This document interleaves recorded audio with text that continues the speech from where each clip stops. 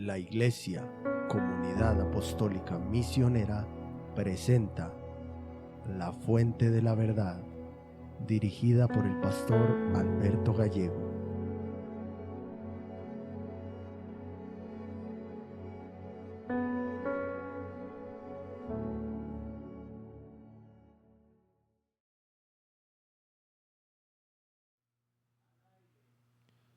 Hermanos, Dios los bendiga nuevamente a todos.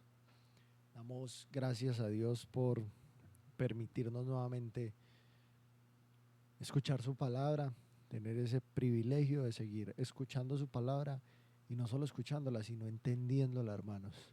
Tenemos que dar el valor y tener la suficiente gratitud con Dios de saber de que nosotros tenemos el privilegio de entender su palabra y poderla vivir y poder crecer por medio de ella. Vamos a orar, vamos a pedir la dirección de Dios en esta tarde, como siempre lo hacemos, hermano, antes de comenzar. Bendito Padre Celestial, Dios de los cielos, te damos gracias. Gracias por regalarnos esta oportunidad. Gracias, Señor, por tu misericordia. Gracias por tu palabra, Señor.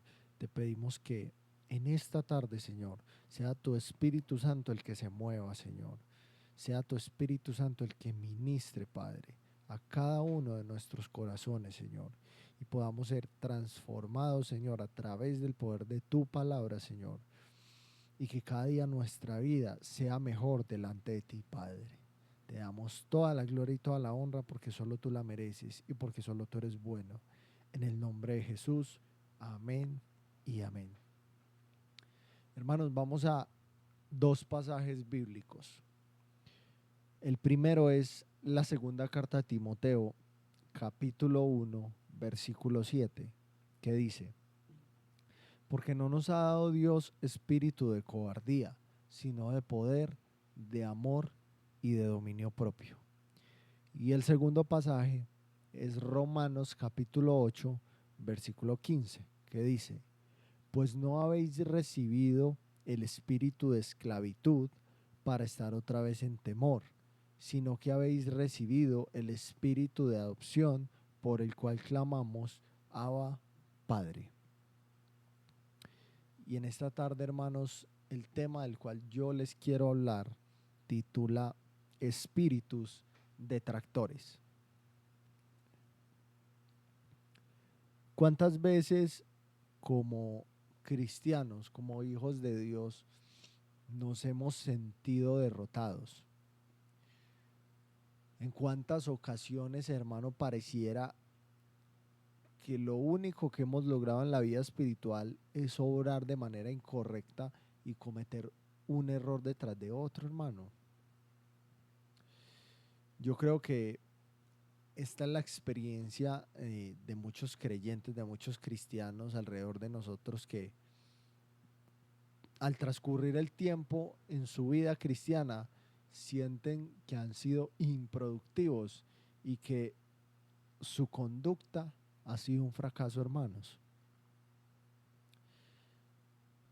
Por lo tanto, estas personas nunca han podido llegar a experimentar realmente esa paz y ese gozo que la Escritura describe como característica, digámoslo, innata para todo creyente que ha nacido de nuevo y ahora pertenece a Cristo.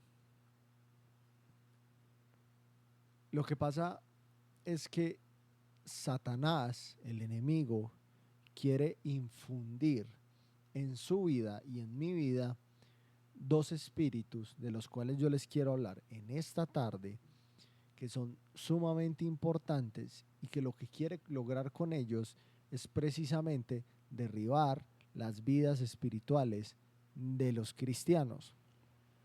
Lo leía en los dos pasajes que les di y vamos a verlos en esta tarde, que son dos específicamente: el espíritu de cobardía y el espíritu de esclavitud.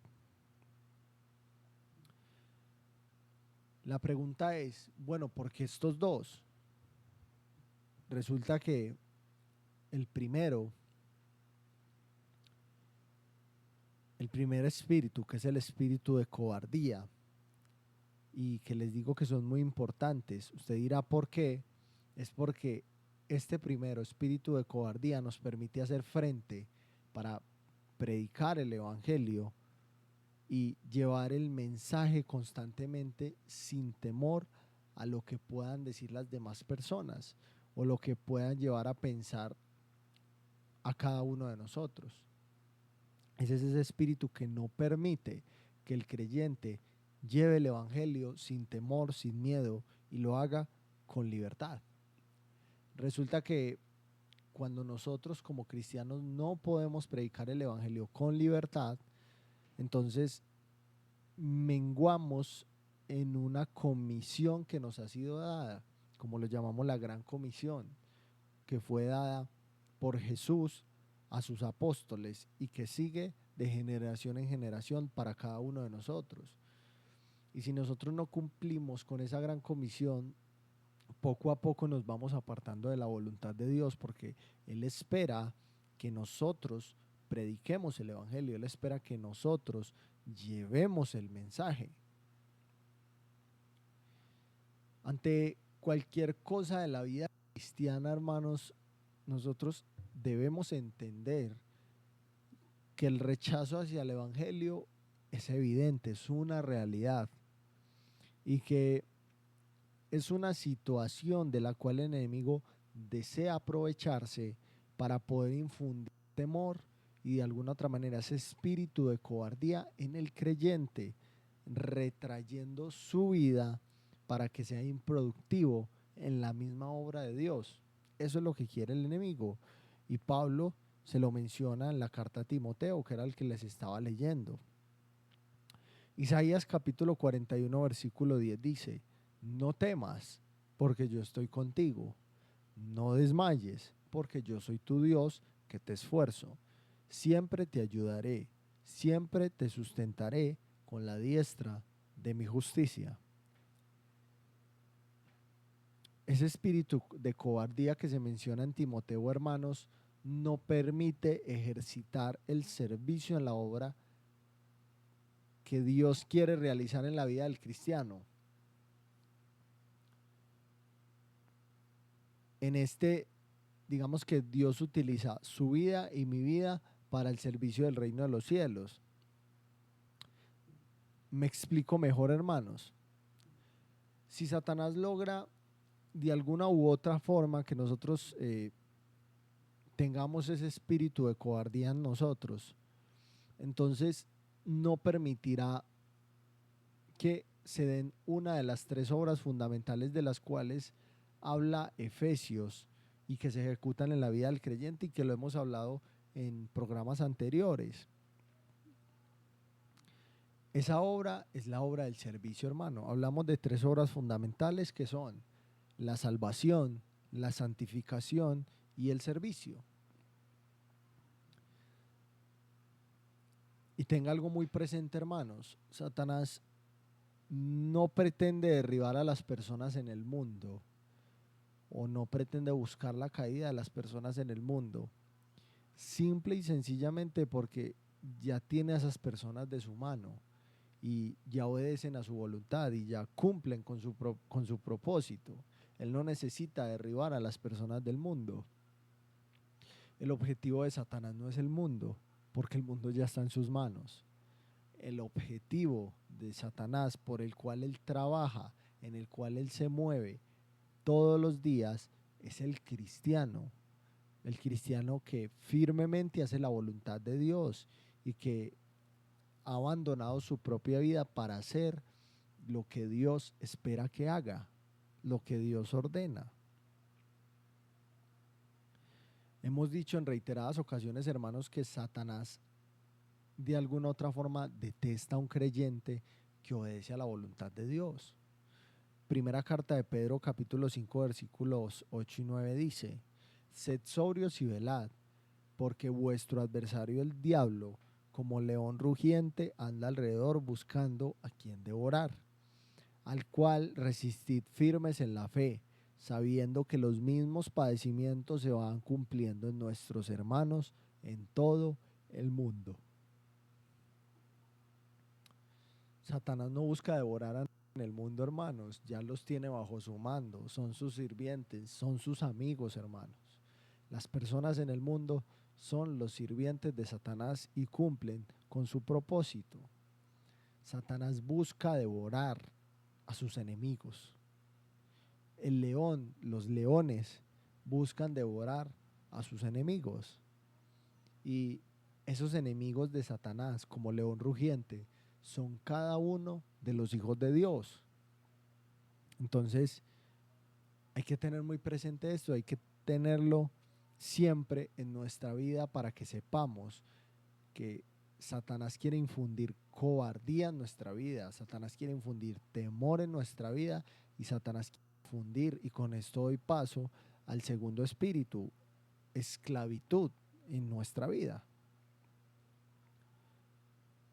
Ese espíritu de esclavitud del cual nos habla Romanos nos ata a vivir derrotados una y otra vez por el pecado, que nos puede estar asediando todo el tiempo a través de tentaciones, a través de pruebas, de muchas maneras. Claramente, hermanos, la barrera que crea el pecado en nuestra vida es la causante de la pérdida del gozo y de la felicidad en el Hijo de Dios. Y si usted se da cuenta, les he hablado de gozo, les he hablado de paz y les he hablado de felicidad. Eso es lo que Satanás quiere quitar en la vida del creyente: gozo, paz y felicidad. ¿Y eso en qué se resume? En una comunión íntima del creyente con el mismo Dios. Si el enemigo logra quitar el gozo, la felicidad, la paz del cristiano, se va a sentir agradado, porque si logra atarnos a un espíritu de esclavitud, nos va a mantener lejos de la gracia de Dios y nos va a mantener aferrados a un estilo de vida en el cual no hay evidencia alguna de una victoria espiritual. ¿De qué le sirve a un cristiano? ¿De qué le sirve a un creyente estar dentro de una iglesia, leer la Biblia y vivir exactamente igual a como vive una persona en el mundo? ¿Qué sentido tiene y qué valor tiene eso, hermanos? Ninguno. ¿Qué diferencia hace eso en la vida de una persona? Ninguna, es exactamente igual. Uno escucha que muchas personas dicen: ¿cómo yo puedo vivir una vida de gozo, de comunión íntima con Dios, cuando el pecado se presenta a diario y cuando lo único que yo puedo conseguir es fallarle a Dios en un mundo donde estamos atestados de maldad? Y yo creo que, aunque no sea una pregunta que se haga muy seguido, aunque muchas personas la tienen, es un pensamiento que los aqueja y que no les ha permitido vivir en la plenitud que Cristo nos ha dado por la salvación, y que la Biblia lo describe en muchos pasajes. Tristemente, el enemigo en nuestra época, aparte de gobernar con tanta maldad en el mundo, ha logrado involucrar a muchos cristianos en esto, en el pecado, para llevarlos a vivir vidas en desgracia, hermanos, y perder aún la esperanza, burlándose de ellos, porque Satanás no solo pretende esclavizar al cristiano, como ya les había mencionado, el objetivo de Satanás no es el mundo, son los cristianos. Satanás no pretende solo esclavizarlo, sino convertirse en un acusador del cristiano delante de Dios, acusándolo de un estilo de vida que nada tiene que ver con lo que Dios espera de cada uno de nosotros. Satanás lo que espera y pretende es que cada cristiano se encuentre dentro de las iglesias, llevando aparentemente una vida espiritual muy tranquila, pero apartado de Dios, por medio de las tentaciones, en el pecado que habita en el mundo. Y indudablemente en este mundo nos tenemos que mover, seguimos dentro de este mundo. El espíritu de esclavitud del cual nos habla Romanos indica un espíritu que no tiene la capacidad de gobernar sobre la vida propia para vivir de acuerdo a la voluntad de Dios. Ese espíritu de esclavitud, hermano, corresponde a esas personas que hoy en el cristianismo permanecen constantemente con miedo, hermanos, porque no pueden hacer las cosas de acuerdo a lo que Dios quiere y espera de ellos, sino que Satanás una y otra vez se burla de ellos poniendo el pecado delante de sus ojos para apartarlos de Dios. Y como les decía ahorita, que no estemos en la gracia, sino que vivamos vidas, podríamos decirlo, en desgracia.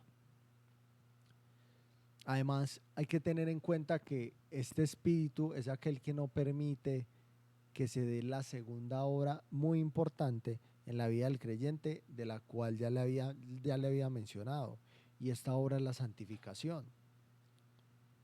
La segunda carta a los Corintios, capítulo 7, versículo 1 dice: así que, amados, puesto que tenemos tales promesas, limpiémonos de toda contaminación de carne y de espíritu, perfeccionando la santidad en el temor de Dios.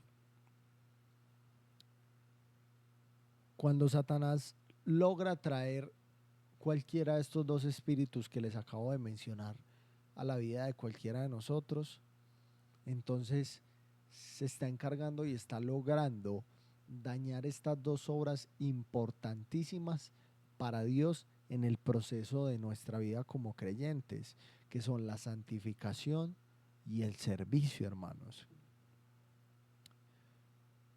Y cuando hablamos de santificación, como les describía también el servicio, la santificación corresponde a ese proceso en el cual cada uno de nosotros adoptamos un estilo de vida completamente diferente, más parecido a la conducta de Cristo Jesús, a la imagen de Cristo, y su conducta en la que Dios quiere moldear de nosotros. Y cuando Dios está moldeando eso, nos está llevando por un proceso de santificación. ¿Dónde está eso? Primera carta de Pedro, capítulo 2, versículo 21 dice: pues para esto fuisteis llamados, porque también Cristo padeció por nosotros, dejándonos ejemplo para que sigáis sus pisadas. ¿Sus pisadas en qué sentido, hermanos? En todo. Su forma de actuar, su forma de pensar, su forma de vivir. En pocas palabras, como lo decía hace un momento, su estilo de vida. Entonces, la invitación en esta tarde es a preguntarnos. Les pregunto, ¿ha experimentado o usted está experimentando algo similar en su vida? ¿Es que ha dejado alguna entrada a Satanás en su vida para que implante alguno de estos estados, estos espíritus de cobardía y espíritu de esclavitud, los cuales claramente la Biblia dice que Dios no nos ha dado?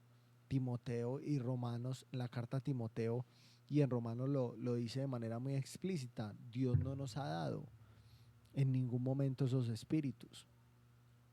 La Biblia dice que el Espíritu de Dios mora en nosotros y que sus frutos son parte de una buena relación a través de la Escritura y que se hacen evidentes con una apuesta por obra constante de lo que nosotros hemos aprendido y entendido de esa misma voluntad de Dios.